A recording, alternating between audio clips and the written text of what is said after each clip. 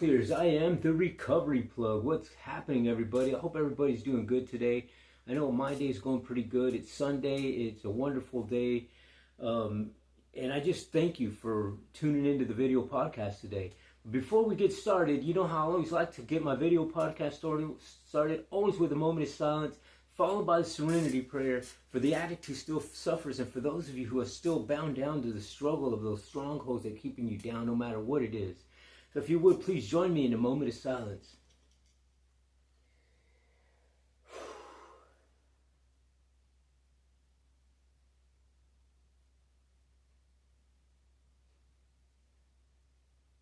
God, grant me the serenity to accept the things I cannot change, courage to change the things I can, wisdom to know the difference. All right, well, let's get started.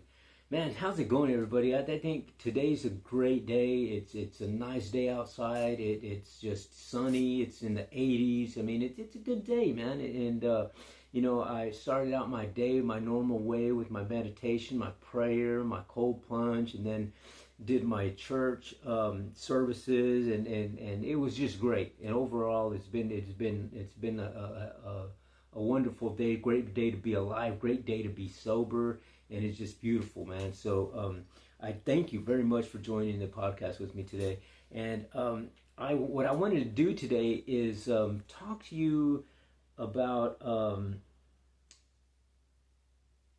looking at life through a different lens. And what I mean by looking at life through a different lens is that, when I was in full-blown addiction, I looked at life only a certain way. I only had one lens in my camera of life, and that camera only shot negative images, negative films, negative little life movies, if you will. And I wallowed in that. You know what I mean? That's the way my life was dictated. That's the way my life was mapped. It didn't matter what it was that I did. Everything that I did was an adventure. Everything I did was a episode, a season in my Netflix series of my life. You know what I mean? In my series was this just negative series, and it went through different phases, different seasons, and it's weird because I could remember being in the addiction and living my life, and I had at one point I had sobriety. I had 10 years of sobriety at one point in my life, and when I relapsed, that relapse lasted 5 years. 5 years that relapse lasted, and during that relapse, man, was my life just going down this season of life of up and down, but it was all negative. You know what I mean? There was nothing hardly positive about it. There might have been little times and spurts of my life that I laughed and quote unquote had a good time or whatever, but it was always stemmed off this negative activity that was happening. And I remember at the end of the addiction, at the end of the days before, I decided that I needed to ask for the help. I can remember my life just being everything that I thought, everything that I did, everything that I involved myself in, from my mind thinking to my conversation to my actions to, everything just was negative. There was nothing ever positive about what I was doing. And, I can remember thinking, I was like, man, I was in this, I felt like I was in this, I had this little box. I was in this box, and that was my life. And in that box, day after day after day, that box was getting smaller and smaller and smaller. I mean, it was getting so small that I felt that I could just hold that box in my hand, and it was just this tight compression of my breathing, of my life, of my love, of my enlightenment, of my mindfulness. It was just all compressed in this little tight box that I didn't want nobody to get into, and I didn't want to get out of. You know what I mean? And at that point in time, I knew that the only thing that made me feel anything,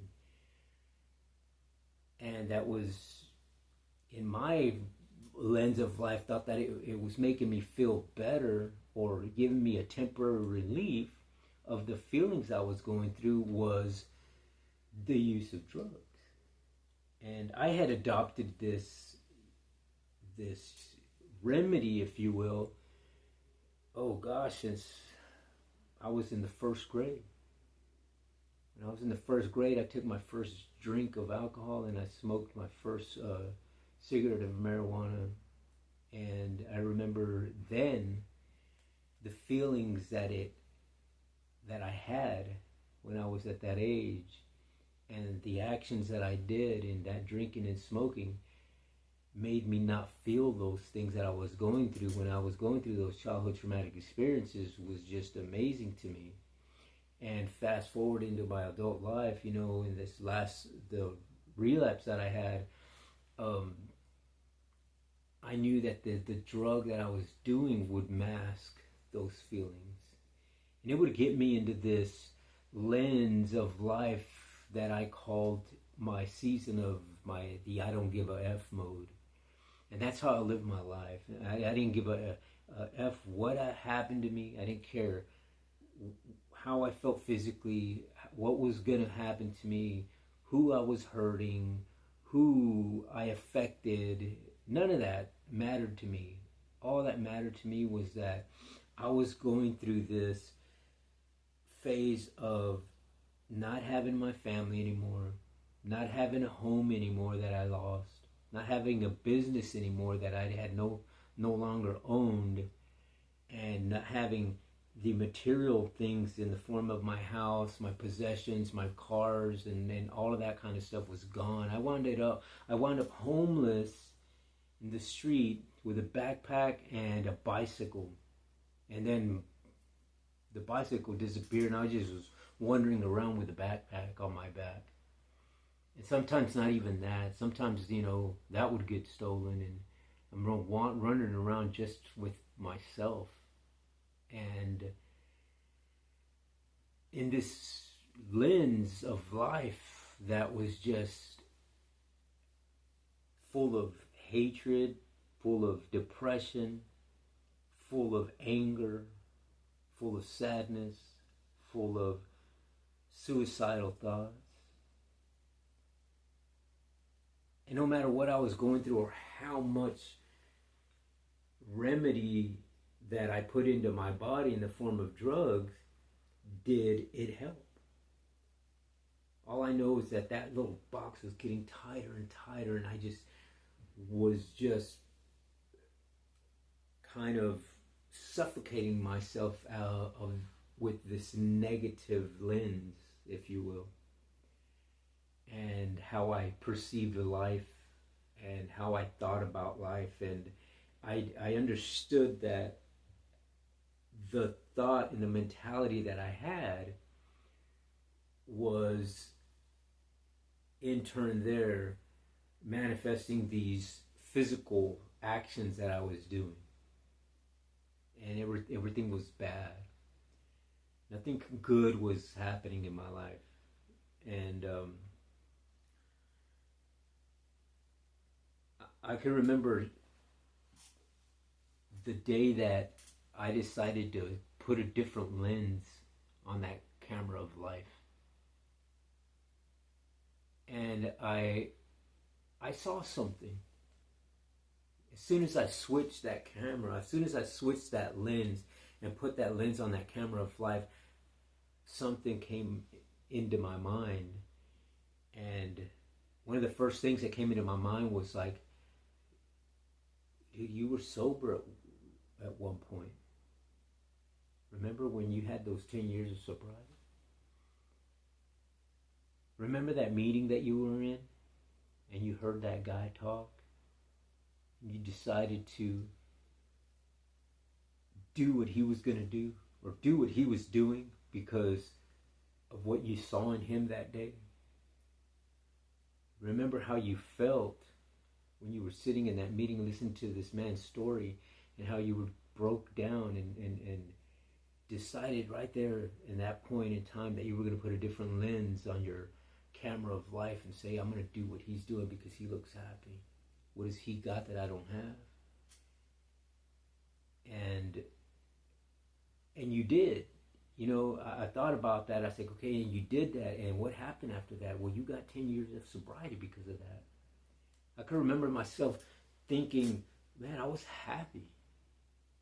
I can remember myself thinking, man, I was living life in this way that involved a recovery community, that involved a spirituality community, that involved a community of love.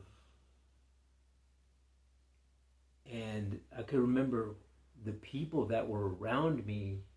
There's just this flash of faces like, man, you used to hang out with this person, this person, this person, this person. It was all positive.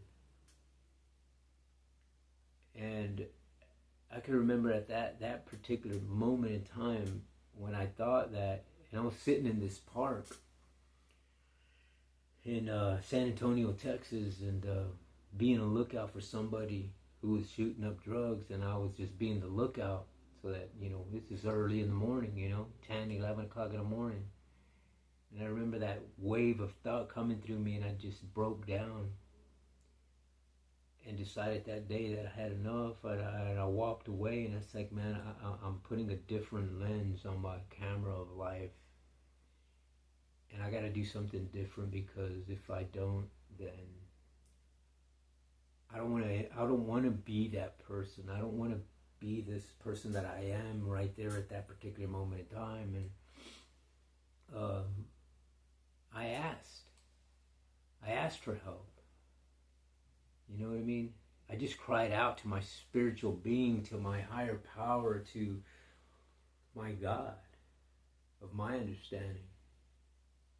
You know, my God of my understanding may not be the God of your understanding, but they may do the same thing. You know what I mean? I don't know. I don't know all the answers to what's out in the universe. You know what I mean? I know this, so that when I asked my God of my understanding to help me out and intervene and to help me get out of that situation I was in, guess what? He answered. He answered the next day. You know what I mean? He answered the next day. And it may not always be the way you want it. You know what I mean? It may not be answered in the way you want it to be answered.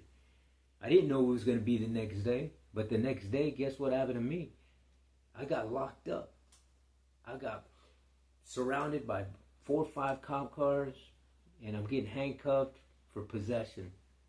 And I got sent to jail. And, you know, when I was asking at that particular point in time, when I was provisioning something that I wanted in my life to change, I didn't know it was going to be like that. You know what I mean? But that was the road that my higher power decided to map out for me, and I'm grateful for that. I'm grateful for the adversities that he allowed me to go through so that I could see life through a different lens. You know what I mean? And because of that, I can sit here today and genuinely and truthfully tell you that today I'm sitting here doing this video podcast clean and sober and happy and spiritually connected to my higher power, spiritually filled with that love that I want to share with somebody else. Because I could remember myself wanting that. I needed that. I wanted something like that. And I know that I'm not the only one out there who has ever felt like that, who's ever felt that, man, I need something in my life besides the lens of negativity that I got living in my life right now. I'm looking at my life, and this lens of my camera is shooting nothing but negative and chaos.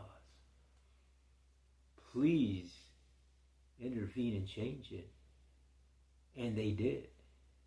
You know, my higher power did, and it wasn't the way I wanted it to be intervened with, by no means. I didn't want to be in jail and looking at a 2-year prison term, because that's exactly where I thought I was going.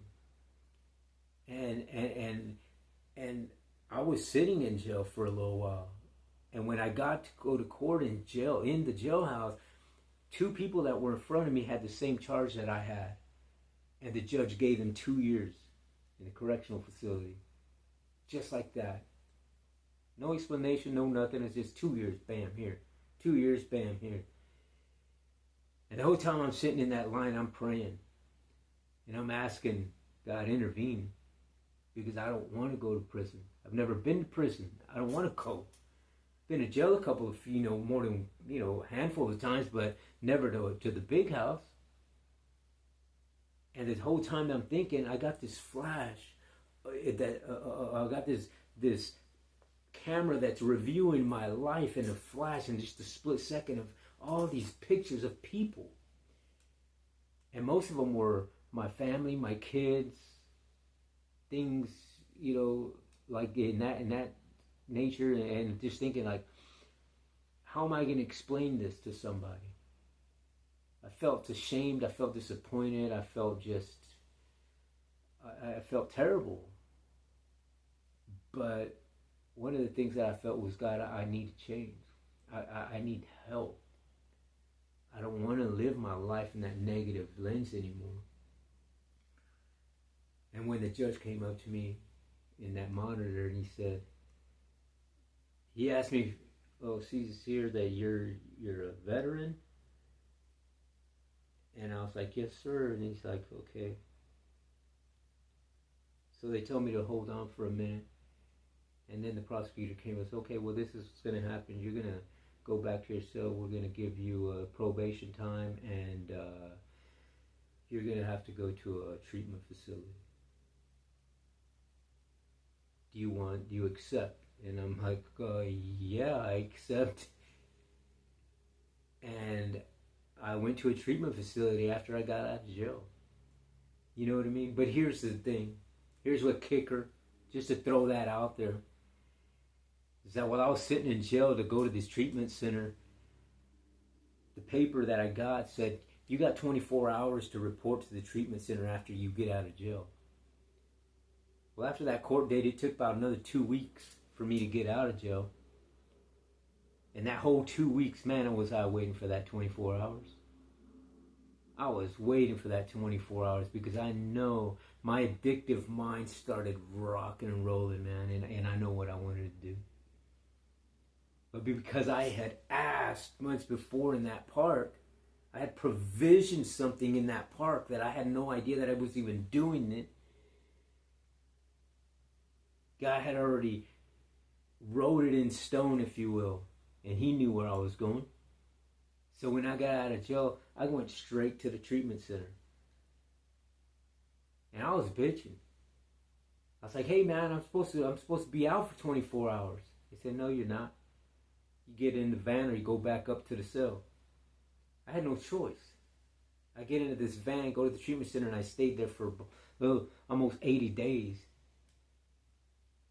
And looking back at it now, am I grateful? I am grateful, man. I am grateful. So, I'm. You don't know how grateful I am that when I asked in that park and changed that lens of life into this positive lens of life, God switched it like that. My higher power switched it like that, and he started mapping my freaking life for the next year and a half. This is what you're going to do. This is where you're going. This is what's happening to you. I had no idea where I was going or what the heck was going to happen to me. But I just followed. I listened. I followed. Paid attention to detail, as they would say in the military. Pay attention to detail, because if you miss it, when you're in that life of addiction, when you're in that life bound down by those things, by that negative lens of life, if you're not paying attention to detail, guess what? You could miss it. You don't want to miss the opportunity to switch that camera lens of life to something positive, because if you do, just like that big book, Basic Text, says of NANAA, that ultimately, you'll wind up in jails, institutions, or death. And I had wound up in institution. I wound up in jail. The only thing I hadn't done was wind up dead. And by the grace of God, I'm grateful that that hasn't happened. And to be quite honest with you, I'm not ready for that to happen at all. You know what I mean? And I'm just grateful that I was able to change that lens, not myself, but to ask and to have my higher power change that for me. That gives me the wisdom and allows us to know the difference, to have that beautiful thing that you and me have, that we have the free will.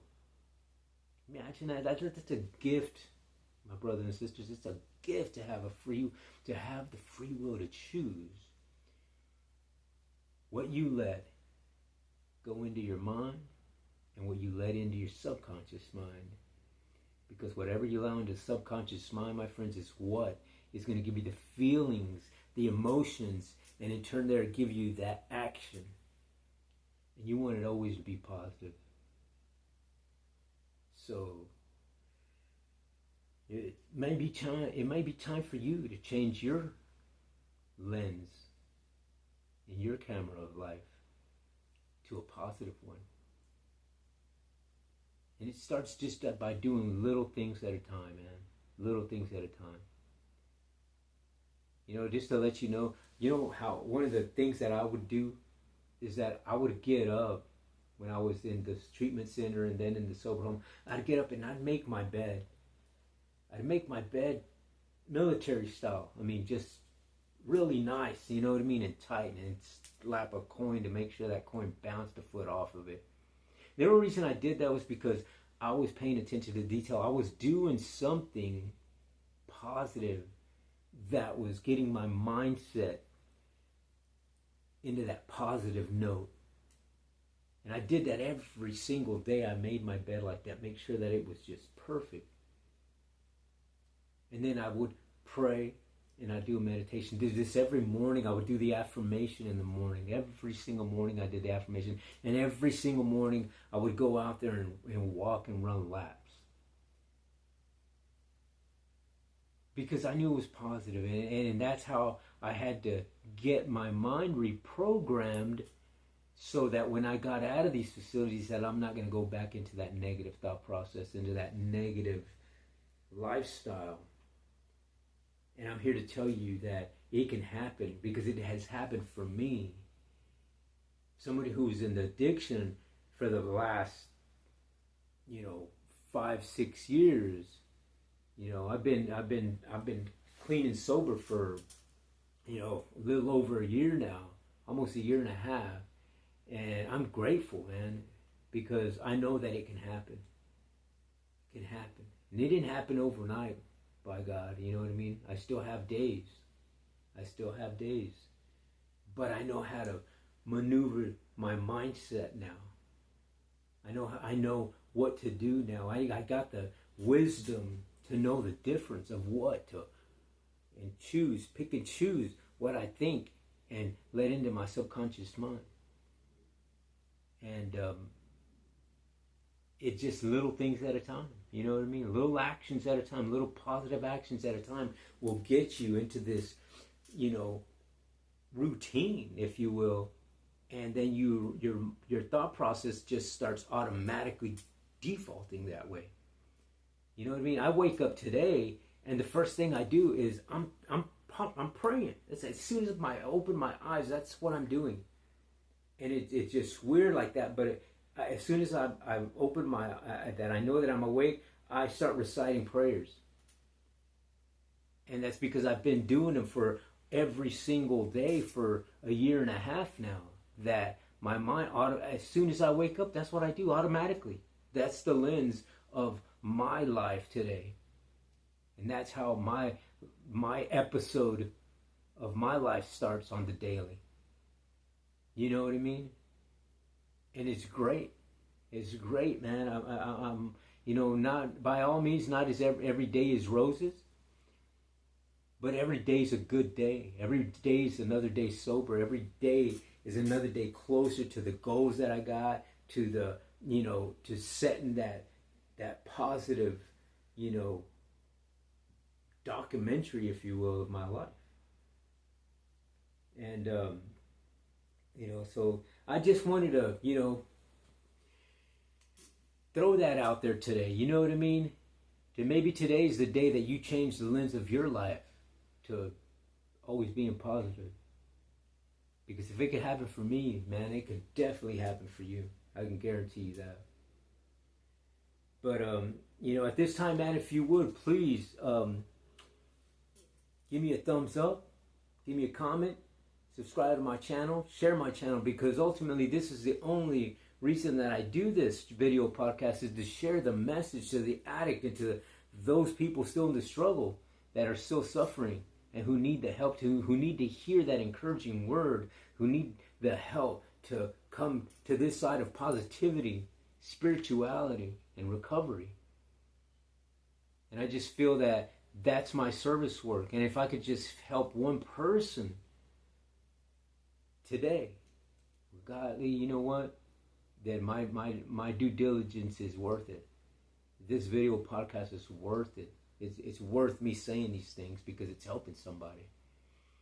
And that's the goal, you know what I mean? Is help as many people as I can to bring them to this side of spirituality, positivity, and recovery. So, in whatever the stronghold is, you know what I mean? Whatever it is. It doesn't just have to be a drug and alcohol thing, whatever it is, because I personally have dealt with the drug and alcohol addiction, anger issues, sadness, depression, suicidal thoughts, PTSDs, childhood traumatic experiences. I've dealt with all those things, and it's for all of those people. You know what I mean? So, so if you would, please share my channel. Give me a thumbs up. Give me a like. Hit that subscribe button. Just know that when you do hit that subscribe button, all you got to do is tap that button. Doesn't cost you a thing. But I hope that everybody has a great Sunday today. I know mine has been blessed. So I guess until the next time on When the Smoke Clears, I am the Recovery Plug.